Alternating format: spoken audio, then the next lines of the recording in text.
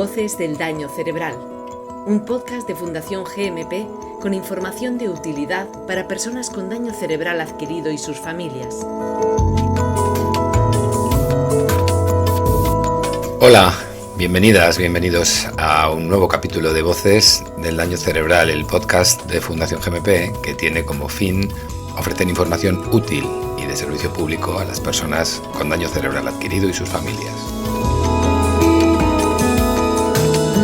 En esta ocasión vamos a intentar profundizar en el ictus como primera causa de daño cerebral en nuestro país, responsable de entre el 7 y el 10% de todo el gasto sanitario en España y que afecta a cerca de 120.000 personas cada año.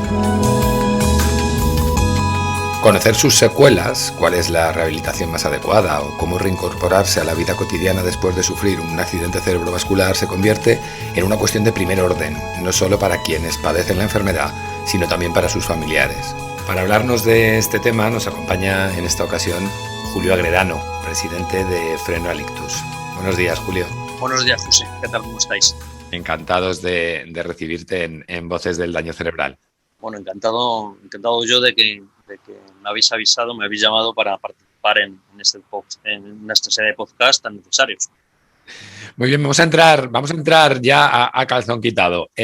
Háblanos de ti. Sufriste un ictus, dos ictus, en el año 2011 y desde entonces hasta el día de hoy han pasado nada menos que 10 años y han ocurrido un montón de cosas, ¿no? ¿Qué le dirías a una persona que acaba de sufrir un accidente cerebrovascular o a su familia?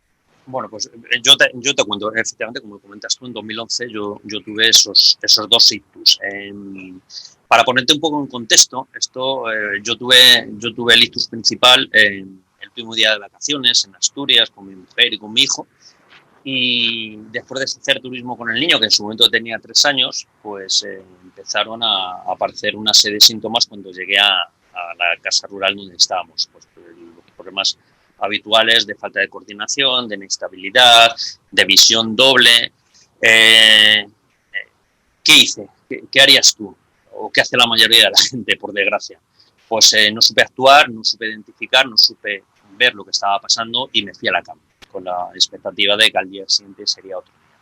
Y efectivamente, al día siguiente fue otro día y cuando mi mujer y mi hijo ya fueron a despertarme, a movilizarme, pues encontraron ya el cuadro completo de pérdida de conciencia, por supuesto, de comprensión o de movimiento. Entonces, a partir de ahí se activó el protocolo Código Ictus y actuaron. Entonces, la lección principal es que, alguien con 39 años, una persona joven, pero con una serie de factores de riesgo no correctamente controlados, también es candidata a poder sufrir un ictus. Es decir, que esta es una enfermedad que le puede pasar a cualquiera. Y a partir de ahí, de ese momento, pues básicamente mi vida cambió. Mi vida cambió en todos los aspectos. Mi vida cambió a nivel personal y mi vida cambió también a nivel profesional.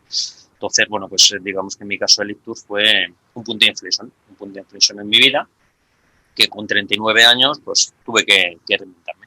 Que notaste los síntomas y te metiste en la cama. Dirías entonces que el punto de partida es la información, la divulgación. Claro, esto estamos hablando de 2011 y parece que en 2011 la falta de información, como hace 10 años ya, pues que no estuvieran enfermas tan extendidas en la sociedad, pues digamos que era normal, o por lo menos que no había tanta información al respecto. Pero mi pregunta es si realmente ha variado desde 2011 hasta ahora, es decir, en estos 10 años, si realmente la sociedad está informada de que el ictus es una enfermedad que le puede afectar a cualquiera, de que tenemos 120.000 afectados al año en España, de que es la primera causa de muerte en mujeres, de que 1 de cada 6 personas tendrá un ictus, de la importancia del tiempo, el tiempo de detección, el tiempo de actuación, que el 90% de ellos son prevenibles. Es decir, estoy dando una información que si fuera de este entorno, fuera de la gente que nos va a escuchar, que seguramente es gente más sensibilizada, tú haces la pregunta en tu casa cuando llegas, o la lanzas a tu comunidad de vecinos en una reunión de estar de junta, pues seguramente nadie sabe nada. Y eso lo estamos comprobando todos los días. Es decir, esta enfermedad, para combatirla, el primer eslabón en la lucha contra la enfermedad es la visibilización, la divulgación, la información asociada a ella, para que la gente vea que es algo que está más cerca de lo que parece, ¿vale? Que todos podemos sufrir un ictus, y que en nuestras manos está el poder cambiar la situación. Es decir, no solamente a nivel de prevención de la enfermedad, sino también a nivel de introducción del impacto social que representa, tanto en mortalidad como en discapacidad. Por eso nosotros desde la Fundación apostamos 100%, de hecho la gran mayoría de los proyectos que estamos realizando es para intentar concienciar a la gente, visibilizar la enfermedad, sensibilizar de que esto está más cerca de lo que parece y a partir de ahí que eso sirva para poner el primer granito de arena en la lucha contra la enfermedad. Sigamos hablando de ti, hablemos de secuelas ahora. Julio, en tu caso parece que apenas existen, pero ¿dirías que has perdido de alguna manera, no sé, parte de lo que eras o parte de la esencia de Julio Agredano antes de sufrir este par de ictus? Pues mira, te comento, y lo primero que te voy a decir es que yo tuve mucha suerte, porque digamos que una persona haciéndolo todo mal, como fue mi caso, ya no solamente hablo de prevención, que luego te contaré, pues el que me ha llevado a mí a sufrir ese ictus, pero sobre todo también en capacidad de actuación, en detección de los síntomas y en saber lo que tenía que hacer. Entonces yo actué muy mal y actué muy tarde y por culpa de eso, pues yo tuve unas secuelas moderadas en la primera fase de la enfermedad, después de la enfermedad. Entonces, pues yo salí del hospital acompañado en silla de ruedas, yo tardé 1 año y pico en subirme a una bicicleta, estuve, por supuesto, en logopedia, pues con un problema de logopedia importante a la hora de expresar, tardé casi 3 años en escribir, pues digamos que hubo una serie de secuelas, sobre todo físicas y también a nivel de algo de logopedia, pero que por fortuna las pude recuperar. Y en la recuperación de ese tipo de secuelas intervienen muchos factores. Interviene el factor, por supuesto, el factor de donde haya parado, digamos que la pelota, el trombo o la isquemia o la hemorragia, el tipo de secuelas que te dejen no es lo mismo un tipo de secuelas que otros, pero depende también mucho de tu actitud, depende también mucho de tu entorno, depende también mucho de tus recursos económicos. Hay una serie de variables que intervienen claramente en la evolución de la enfermedad, en las secuelas. Entonces, en mi caso, pues yo por fortuna tuve una recuperación fantástica y mi nivel de secuelas, de unas secuelas que podríamos poner en una escala, pues básicamente ahora son secuelas muy, muy menores, ¿vale? Algo de mi pares en un lado del cuerpo, algo de pérdida de equilibrio, cuando estoy muy cansado, pues efectivamente pues se nota que empiezo a patinar. Pero digamos que son secuelas con las que no son, por supuesto, impeditivas de mi día a día y que no me han permitido, que no han evitado el que pueda seguir desempeñando una vida personal y profesional normal. Cuando se sufre un ictus, el objetivo de la rehabilitación es hacer un acompañamiento guiado de la persona que lo sufre para tratar de restablecer las funciones cerebrales que se hayan podido ver comprometidas. Gema Guerra, directora de rehabilitación de Polivea Tres Cantos. Para ello trabajamos con equipos transdisciplinares, haciendo un abordaje principalmente desde áreas como la fisioterapia, la terapia ocupacional, la logopedia y la neuropsicología. Puesto que no hay un ictus igual, tenemos que ofertar todo el abanico terapéutico posible para tratar específicamente las lesiones que tenga la persona que lo sufre. Y lo que pasa que en mi caso, nadie quiere tener un ictus. Eso yo creo que está claro, ¿vale? Tener un ictus es una faena. Un ictus, cualquier tipo de daño cerebral. Entonces, no solo por el afectado, no solo por la persona, sino por el entorno. El entorno personal es el que sufre pues una gran parte de todo lo que está pasando. Es decir, pues al final pasan a ser cuidadores principales. Entonces, además, personas que no tienen conocimiento sobre la enfermedad, que todo les supera. Entonces, claro, tu mujer, tu madre, tu padre, tu propio hijo, pues al final pues sufren contigo el proceso de rehabilitación, ¿vale? Pero en mi caso, yo creo que tú me contabas me preguntabas si había habido cambios en lo que era el Julio anterior y el Julio después. Yo ahora mismo te puedo decir, a 10 años vista, te puedo decir que la versión de julio de ahora es una versión mejorada del julio de antes, ¿vale? Porque el ictus en mi caso, pues por fortuna no tuvo secuelas cognitivas, las secuelas físicas las he podido recuperar, pero además ha despertado cierta conciencia social que la tenía un poco apagada, y es, efectivamente, ponerte en primera persona y que algo que te ha pasado a ti, que es algo negativo, intentar convertirlo de alguna manera en algo positivo para ayudar al resto, ¿vale?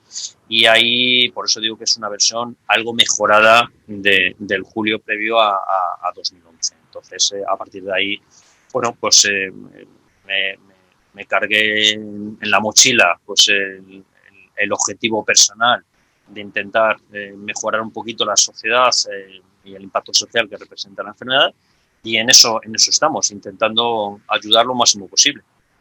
Pero no solo una versión mejorada en lo social, digamos, o en despertar esa conciencia social, sino también una versión mejorada en lo físico, porque ahora nos contarás, ¿no?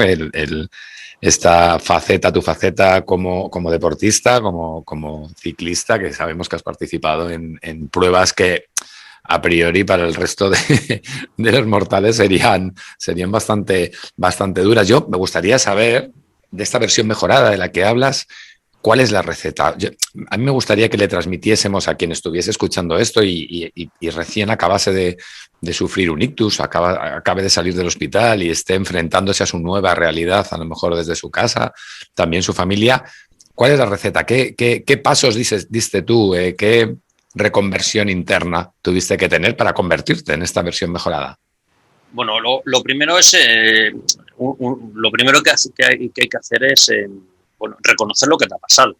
Yo creo que todos inicialmente tenemos, digamos, un periodo de luto donde nos negamos a entender lo que nos ha pasado y preguntamos ¿y por qué? ¿Y por qué nosotros? ¿Y por qué ahora no puedo hacer esto? ¿Y por qué ahora? Entonces, ese periodo de luto, de alguna forma, lo que hace es que impide empezar a trabajar en mejorar, ¿vale? En rehabilitarte. Entonces, ese periodo de luto tiene que ser muy cortito, ¿vale? Yo conté mi experiencia a los 2013, 2014, escribí un pequeño libro que se llama Después de un ictus ¿qué? Y que doy, bueno, ciertos consejos de los que a mí me vinieron bien en su momento, y uno de ellos es decir, oye, el luto tiene que ser muy corto, ¿vale? No solamente por la persona afectada, que bastante tiene con lo suyo, que ha sufrido un daño cerebral, sino también por el entorno. Yo temas que comento, por ejemplo, es el tema de la excesiva condescendencia. Yo pongo el ejemplo muchas veces de quién me quiere más, si mi madre o si mi mujer. Entonces, la respuesta yo creo que todo el mundo la sabe, obviamente mi madre, ¿vale? Esto no tenemos ninguna duda. Pero ¿cómo es mi madre? Pues básicamente como todas las madres del mundo. Pues niño, vente aquí, no hagas esto, yo te ayudo. Y se embaró mi mujer como es, pues al contrario. Pues, oye, pues haz algo, muévete, que son las 8 de la mañana, que es sábado, pues vete, ¿qué haces en casa? Sal fuera, vete al monte, ya de paso vete a comprar, no puedo ir a comprar, pues pan, leche, huevos y deprisa. Y esa actitud que al principio parece una actitud un poco agresiva, es realmente la que te ayuda. En la recuperación tienes un periodo muy intenso, los primeros meses, y es donde, digamos, que recuperas el mayor número de capacidades que has perdido a raíz de las secuelas. Si ese periodo de tiempo, digamos que no estás 100% centrado, no estás forzando al máximo, pues es un periodo que pierdes y que luego, por desgracia, no recupera, no vuelve, ¿vale? Entonces, sobre todo, el periodo inicial es fundamental. Luego, yo soy muy de marcarse objetivos, ¿vale? Objetivos realistas, pero objetivos que cuesten, ¿vale? Entonces, un objetivo puede ser hacer una Titan de ser. Ahora hablamos un poquito del caso ya que lo has sacado tú. Otro objetivo puede ser ir al parque con tus nietos. Un objetivo puede ser ir a hacer la compra, ser autónomo, ¿vale? Pero márcate una serie de objetivos y ponerte una fecha y trabajar para conseguirlos. Porque luego los conseguirás al 100% o no, pero digamos que durante todo el camino has estado trabajando para conseguirlos, ¿vale? Con lo cual, eso para mí es fundamental. Luego también el entorno. Tienes que tener un entorno personal que te ayude, que te motive, que te rete, que te espolee, ¿vale? Decía antes, no un entorno excesivamente condescendiente, es mejor que te fuercen a que te pongan en el hombro para llorar. Es decir, todo tiene su momento, por supuesto, pero después de llorar un momento, lo siguiente es, oye, vamos a hacer cosas, ¿vale? Entonces eso es lo que te ayuda. Y yo creo que también es muy importante tomar conciencia de cómo hemos llegado a esta situación. En mi caso, te lo contaba antes de poner el micrófono, pues yo era una persona completamente sedentaria. 103 kilos de peso, colesterol elevado, hipertenso, estrés laboral, directivo de una empresa de tecnología en el área comercial, con el cual estaba persiguiendo siempre el contrato, ¿vale? Siempre intentando negociar. Entonces, al final, todo eso, bueno, pues muchas veces solemos decir que esto es una suma de factores. No hay un factor que desencadene un ictus, que sí, en algunos casos, el tema de hereditarios, el tema de malformaciones, pero digamos que es un porcentaje muy pequeño de los casos, comparado con la gran mayoría que tienen que ver con población clásica de la salud. Entonces, todo aquello que nos han contado toda la vida nuestros padres de niño, estás gordo, niño, sales mucho, niño, no trabajes tanto, eso que parece que es que viene el lobo viene. Y cuando viene, pues por desgracia viene con consecuencias, ¿vale? Entonces, pues eso, el tema de ponerse una serie de objetivos y trabajar para conseguirlo. En mi caso, lo que comentaba es, efectivamente, yo era una persona, obviamente, 103 kilos de peso, por 100% sedentaria. Yo no había hecho deporte, pues no sé, desde que tenía 20 años, digamos, un deporte más activo. Entonces había estado prácticamente 20 años, la mitad de mi vida, con un sedentarismo brutal. No había hecho nada nunca. En mi caso, claro, te pongo también en situación, pues en 2012 creo que fue, después de un año de sufrir el ictus, todavía en periodo de rehabilitación, prácticamente pudiendo hacer muy poquitas cosas, se cruzó por delante de mí un documental de una prueba de ciclismo de montaña. Yo no era aficionado al ciclismo, y mucho menos ciclismo de montaña, y de un actor famoso, Santi Millán, que se fue a hacer una prueba al desierto. Se llama la Titan Desert, que eso, básicamente, el que no lo conozca, pues son 6 días en el desierto, ciclismo de montaña, 700 kilómetros, ¿vale? Con temperatura media de 42 grados. Es decir, es una prueba que, como decías tú, ya independientemente de que hayas tenido un daño cerebral o no, ya es una prueba que hay que tomarse con respeto. Pero, sin embargo, yo cuando vi ese documental en 2012, pues sin poder prácticamente hacerlo, lo vimos mi mujer y yo en el salón y le dije, oye, en 2015 voy yo.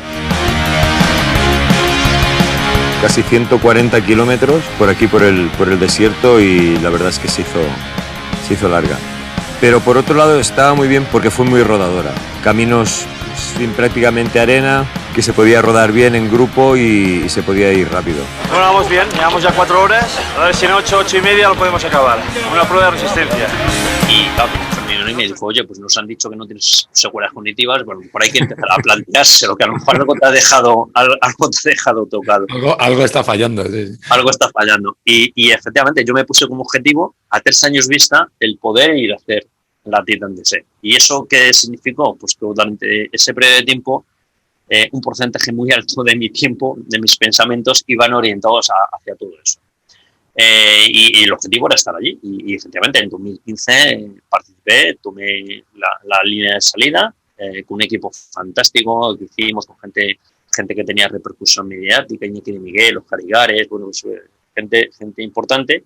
Y el objetivo era estar en la línea de salida. Y luego, a partir de ahí, bueno, pues vinieron otras 2 más y vinieron una serie de pruebas internacionales. Es decir, ya he incorporado el deporte como herramienta en mi día a día. Es decir, al final, la actividad física en cualquier intensidad, ya sea un deporte intenso, un deporte menos intenso, caminar o andar, es fantástico también, hace que al final tengas controlado una serie de factores de riesgo.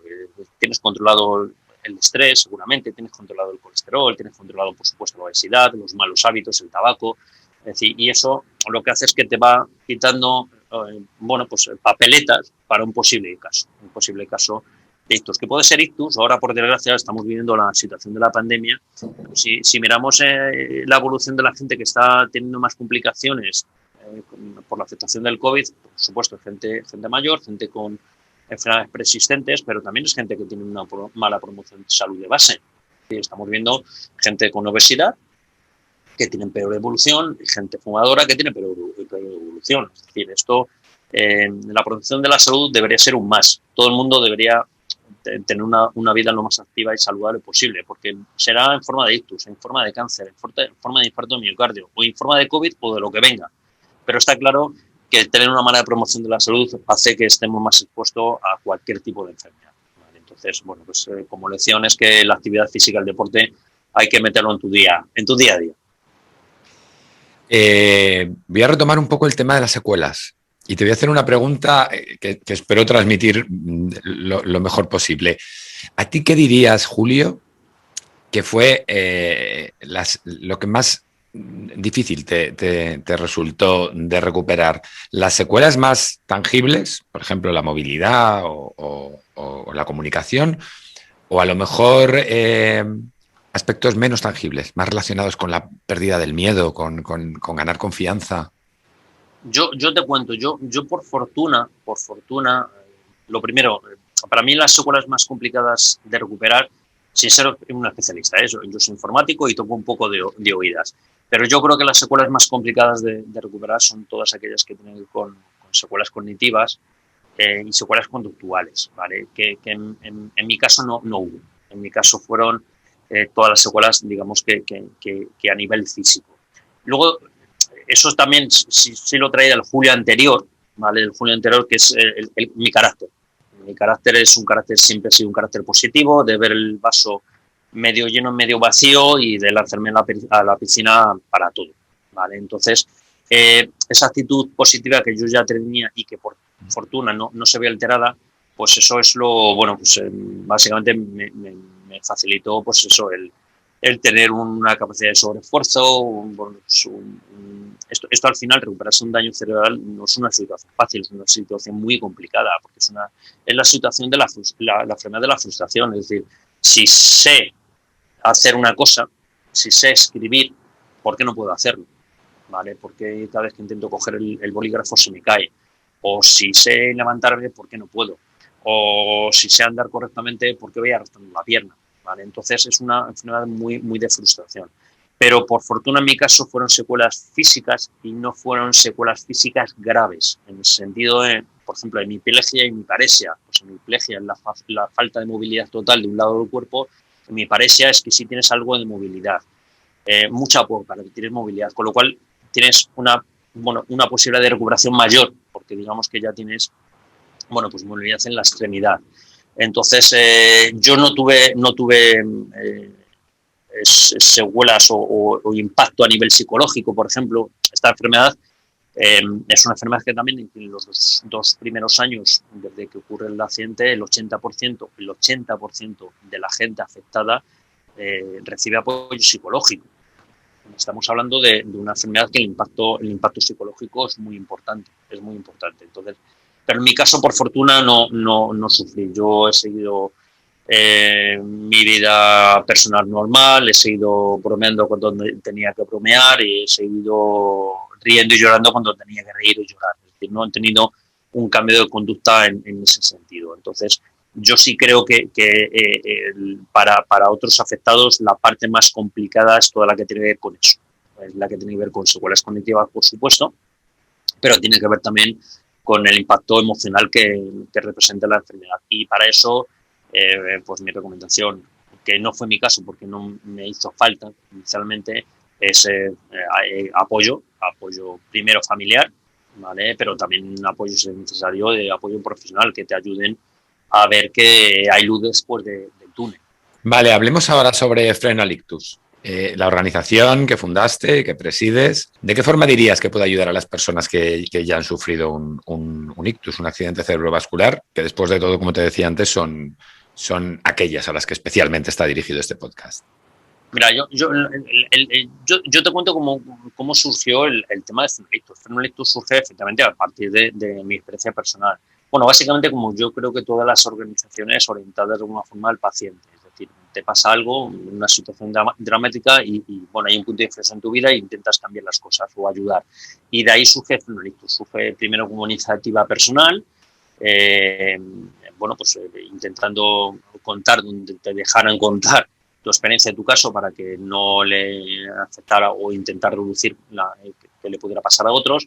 Pero luego a partir de ahí empiezo a recibir apoyos a nivel de reconocimiento formal, con la Sociedad Española de Neurología, atención primaria, los farmacéuticos. Es decir, pues, bueno, de alguna forma ves que hay gente profesional de este ámbito que dice, oye, pues es importante que haya una organización que nos ayude a visibilizar la enfermedad en la sociedad. A partir de ahí damos pasos, primero como asociación y ahora últimamente desde 2019 como fundación.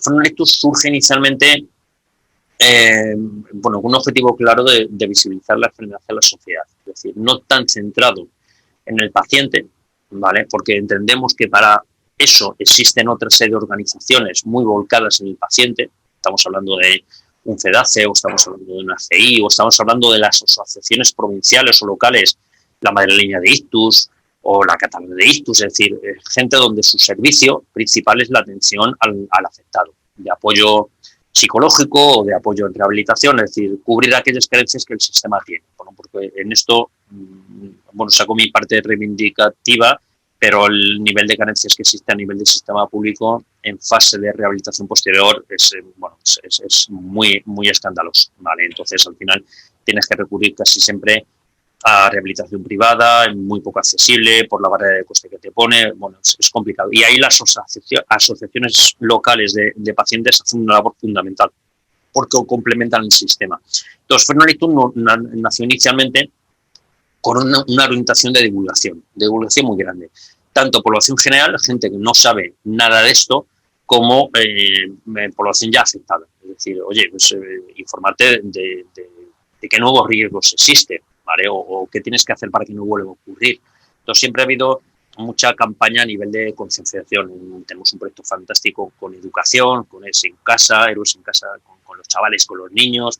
Tenemos un proyecto fantástico de creación de espacio cerebro protegido, que son sitios públicos donde hay gente que está continuamente viendo pasar gente. Esa gente le estamos formando para que sepan identificar los síntomas de un ictus y a partir de ahí actuar, ¿vale? Activar el protocolo, el código ictus 112 en proteger el tiempo.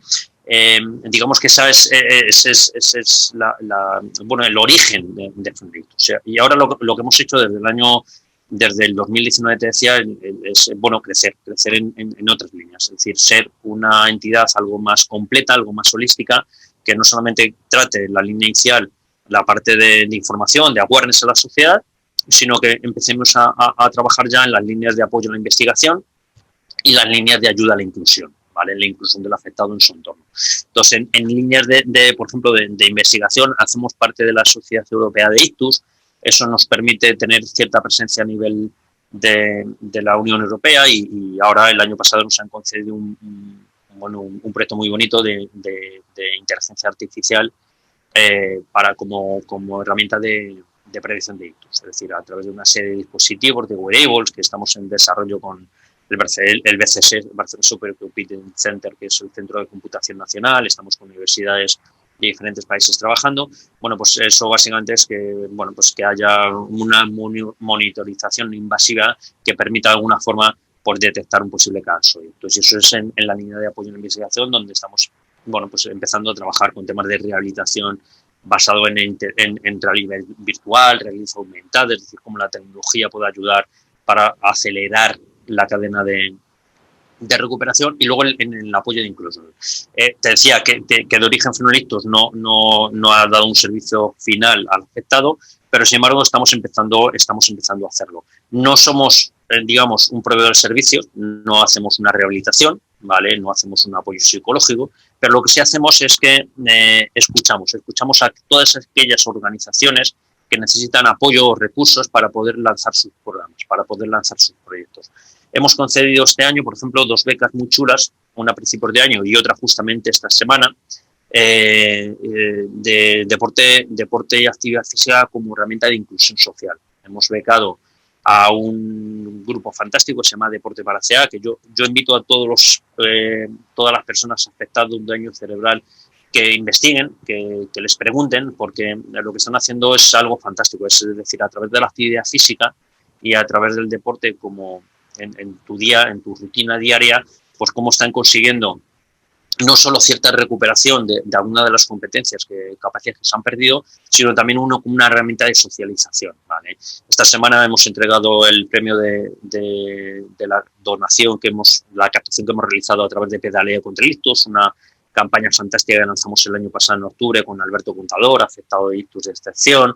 Es una marcha virtual, este año virtual y presencial, esperemos, que lo que intenta es acercar más la enfermedad a la sociedad, y toda la recaudación ha ido dirigida a esta gente. Bueno, pues ayer, cuando nos presentaron el proyecto, cuando fuimos a entregarles la beca, pues había un grupo de usuarios de diferentes disciplinas, ¿vale? Pues fútbol femenino adaptado para daño cerebral, o ciclismo adaptado con temas de handbike, o temas de deporte inclusivo con atletismo paralímpico, es decir, y estaban allí los usuarios, en la gran mayoría de la gente más joven, ¿vale? Gente por debajo de 35 años, y simplemente ves los ojos y ves el beneficio que están recibiendo a través de este tipo de actividades, y es brutal. Entonces nosotros, dentro de la línea de inclusión social, lo que estamos buscando es continuamente este tipo de proyectos. Es decir, gente que está haciendo cosas fantásticas, que tiene ideas y proyectos maravillosos, y que por desgracia no están consiguiendo recursos para poder realizarlos. Entonces nosotros lo que queremos hacer es, bueno, pues hacer un nexo de unión entre el mundo privado, el mundo de la empresa, el mundo de la responsabilidad social empresarial, el mundo de los objetivos del desarrollo sostenible, realmente con proyectos de impacto positivo en el afectado, y ponernos en medio y conectar puntos, ¿vale? Yo soy mucho de la teoría de conectar puntos, y que al final, pues eso, poniéndonos todos a sumar fuerzas, hablando unos con otros, yo creo que las cosas se consiguen. Entonces, bueno, pues en esa línea de inclusión estamos trabajando por ahí. Estamos, por ejemplo, esta gente viene del CEADAC, el Centro de Referencia de Daño Cerebral que hay en España. Bueno, pues son proyectos bonitos. Y también dentro de esta sensibilización, de esta divulgación, por supuesto está presente la prevención, que es un tema del que, si hablamos de ictus, tiene que estar presente. Antes afirmabas que los accidentes cerebrovasculares, los ictus, pueden prevenirse en un 90% de los casos. ¿Qué cifra más alta, ¿no? ¿No te parece un porcentaje a lo mejor muy elevado para una patología que primero está presente en todas las edades y que luego puede? Antes también comentabas tú, ¿no? Que no hay un patrón determinado, sino que bueno, incluso por factores genéticos te puede atacar a cualquier edad. Sí, el 90%, yo por supuesto, yo en su momento cuando esto me pasó busqué información, básicamente de una manera egoísta, es decir, oye, ¿qué tengo que hacer para que esto no me vuelva a ocurrir? ¿Vale? Entonces, cuando empecé a ver cierta información y vi, por supuesto, la prevalencia que tiene, el impacto social que tiene, pero vi también ese porcentaje de prevención, y yo cuando vi el 90% dije, pero esto, vamos a ver, no son todos, pero son casi todos, ¿vale? Y en gran medida debido a una protección básica de la salud. Esto es lo que decía al principio, esto es lo que nos han contado toda la vida. Esto tiene que ver con alimentación, dieta sana y variada, tiene que ver con huir del sedentarismo, actividad física en tu rutina diaria. Esto tiene que ver con la gestión del estrés, la gestión de emociones. Hay un crecimiento de ictus en adultos jóvenes que tiene que ver con eso precisamente. Tiene que ver con que al final estamos entrando en una dinámica de vida, de estilo de vida, donde realmente vamos corriendo todos los sitios. Y ese ir corriendo todos los sitios nos provoca una serie de estrés, nos provoca una serie de hábitos poco saludables. Y eso es lo que está haciendo que se esté disparando el número de ictus en población joven. Revisiones médicas periódicas, es obligatorio que a partir de una determinada edad, 35, 40 años, pues señores, hay que ir al médico. Al médico no se va cuando te pasa algo, que también por supuesto que sí, pero se va para que no te pase. El médico es el que de alguna forma te orienta, te hace revisiones, te hace un control analítico, azúcar en sangre, colesterol, te hace, mira si es un posible hipertenso, te hace un electrocardiograma para detectar problemas de corazón, fibrilación auricular, es decir, y luego lo importante, te da recomendaciones, te dice, oye, por aquí vas bien y por aquí va menos bien, es decir, te dice cómo modificar ciertas conductas, y todo eso hace que al final ese 90% de prevención sea posible por ahí. Solamente hay un porcentaje, el 10%, que tiene que ver con herencia o con malformaciones, es decir, estamos hablando un porcentaje del 10%, pero no deja de ser dentro de la masa del 100 un porcentaje más residual, ¿vale? El 90% está en nuestro estilo de vida. Y eso es la prevención de la enfermedad, es decir, evitar que ocurra. Pero hay una parte de la prevención que no tiene que ver solamente con prevenir la enfermedad, sino prevenir las secuelas que implica la enfermedad. Es decir, cuando está ocurriendo, saber lo que tienes que hacer. Y ahí es donde somos muy, muy pesados desde la Fundación. Muy pesados, muy pesados. Es decir, te voy a poner un ejemplo, porque tú estás en Madrid como yo, ¿no? Mira, en Madrid, hay un plan nacional, un código ictus, ¿vale?, que es de implantación nacional. Primer dato, 20 provincias españolas no tienen ni un solo hospital preparado para atender ictus, ¿vale? Son unidades especializadas, pero sin embargo hay provincias que todavía no tienen. ¿Por qué? Pues porque Ávila está cerca de Madrid, o porque Soria de Burgos, pues estamos así. Entonces, por ejemplo, Madrid, privilegiados, Cataluña, privilegiados, zona norte también, la gestión es regular, Levante bien, pero según vamos mojando en el mapa la cosa se va complicando, ¿vale? Pero mira, por ejemplo, Madrid, que tenemos 12 hospitales dentro de la red ictus, 12. De los 12 hospitales hay 6 de guardia, 6. Y de los 6 de guardia solamente hay 3 que te ponen a hacer una cosa que se llama trombectomía mecánica, que es que te meten un catéter por la ingle, te sube hasta arriba, te coge el trombo y te lo quitas. Solo hay 3. Pregunta José, o hago la pregunta en abierto a toda la gente que nos está oyendo. ¿A qué hospital iríais? Para que nos lleve la ambulancia, imagino, ¿no? Efectivamente. Al hospital no se va. Al hospital te llevan. Y te lleva el 112. ¿Por qué? Porque esos 3 que te ponen a hacer la trombectomía doblan guardia todas las semanas. Es decir, tú vas la semana, vas al Porte de Hierro, al 12 de octubre, al Gregorio Marañón, al que sea, y esos hospitales, si da la fortuna de que esa semana estén de guardia, perfecto, y si no, te meten en una ambulancia y te mandan a otros. Por lo cual, la ventana de tiempo muy cortita que tienes, de muy pocas horas, se va. ¿Vale? Entonces, a nivel de prevención de mortalidad y prevención de secuelas de la enfermedad, la importancia del tiempo es brutal. Todo el mundo tiene que meterse en la cabeza que hay un código ictus, que hay un 111, que hay una señal de detección, y a partir de ahí lo que hay que hacer es que hay que levantar el teléfono, decir ictus, responder la variedad de preguntas y a correr.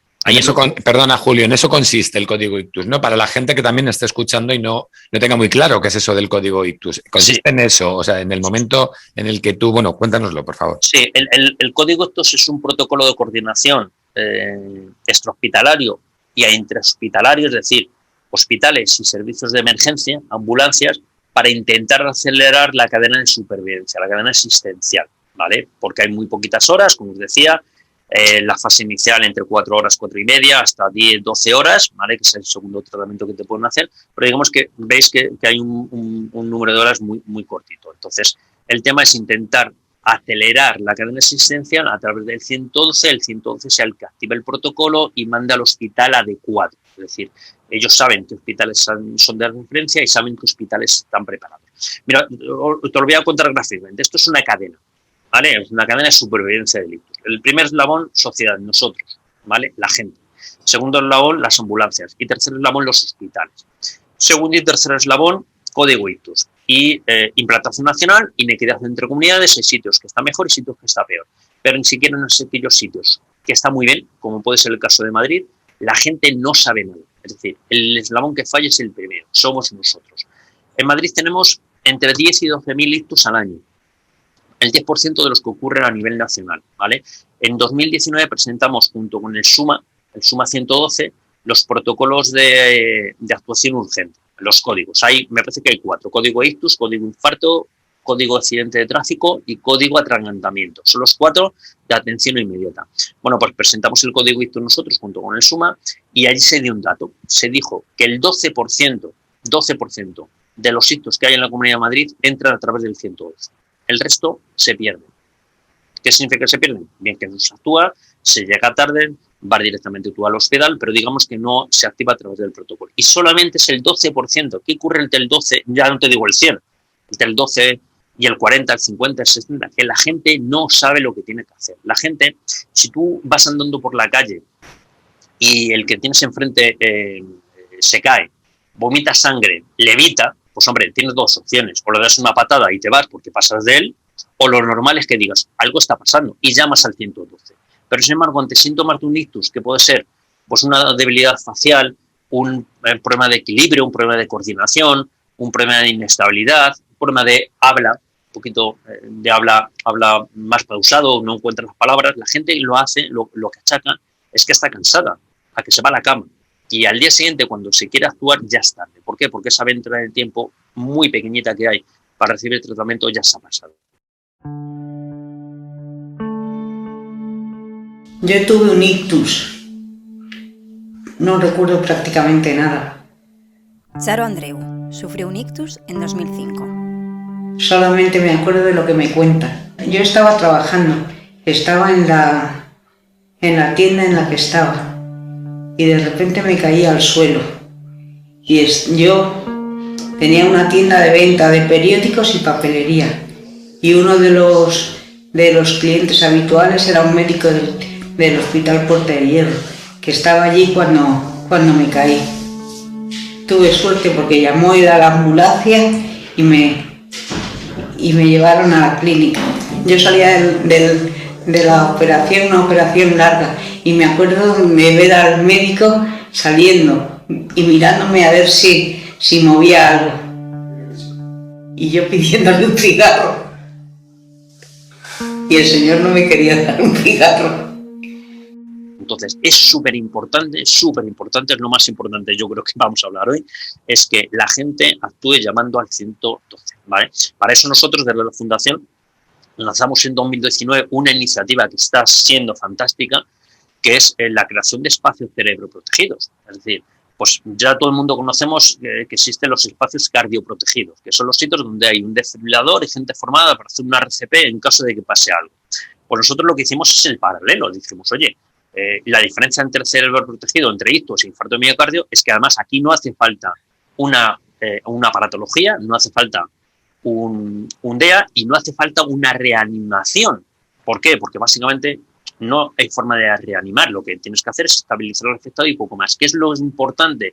Identificar los síntomas, estabilizar y actuar llamando al 112. Entonces nosotros hemos hecho un proyecto fantástico con clínicas de Dentales Vital. Tenemos certificado las 249 clínicas que tienen a nivel nacional. Estamos en medio de un proceso de certificación del Teatro Real. Acabamos de firmar para certificar el Senado de España. Estamos haciendo, cosas fantásticas, es decir, gente que está en continuo contacto con gente que sea capaz de acelerar esa cadena asistencial, que sea el primer eslabón, que actualmente es el débil, porque no actuamos, y que pasamos a ser el fuerte, es decir, dotar a la población de información suficiente para saber lo que tiene que hacer. Entonces, la importancia del tiempo en esta enfermedad es fundamental. Para eso, código ictus, y al hospital no se va, al hospital te llevan 112. Esa última reflexión que acabas de hacer creo que es importantísima y entronca un poco con cómo arrancábamos la entrevista, ¿no? La importancia de la divulgación, la importancia de la información y de que la sociedad esté lo suficientemente formada como para reconocer un ictus a la mínima de cambio. Para terminar, Julio, tu historia es increíble, debo decírtelo. ¿Qué le dirías a una persona que está escuchando esto y que acaba de sufrir un ictus, que está en casa en ese periodo de luto al que aludías antes, que piensa que de esto no se sale, que piensa que su vida ha cambiado para siempre? Creo que toda esta entrevista ha sido un mensaje de esperanza enorme. Escucharte hablar es un placer y podríamos estar horas escuchando tu historia. Pero ¿qué le dirías? Ese consejo de amigo, entre comillas, de esperanza, ¿no?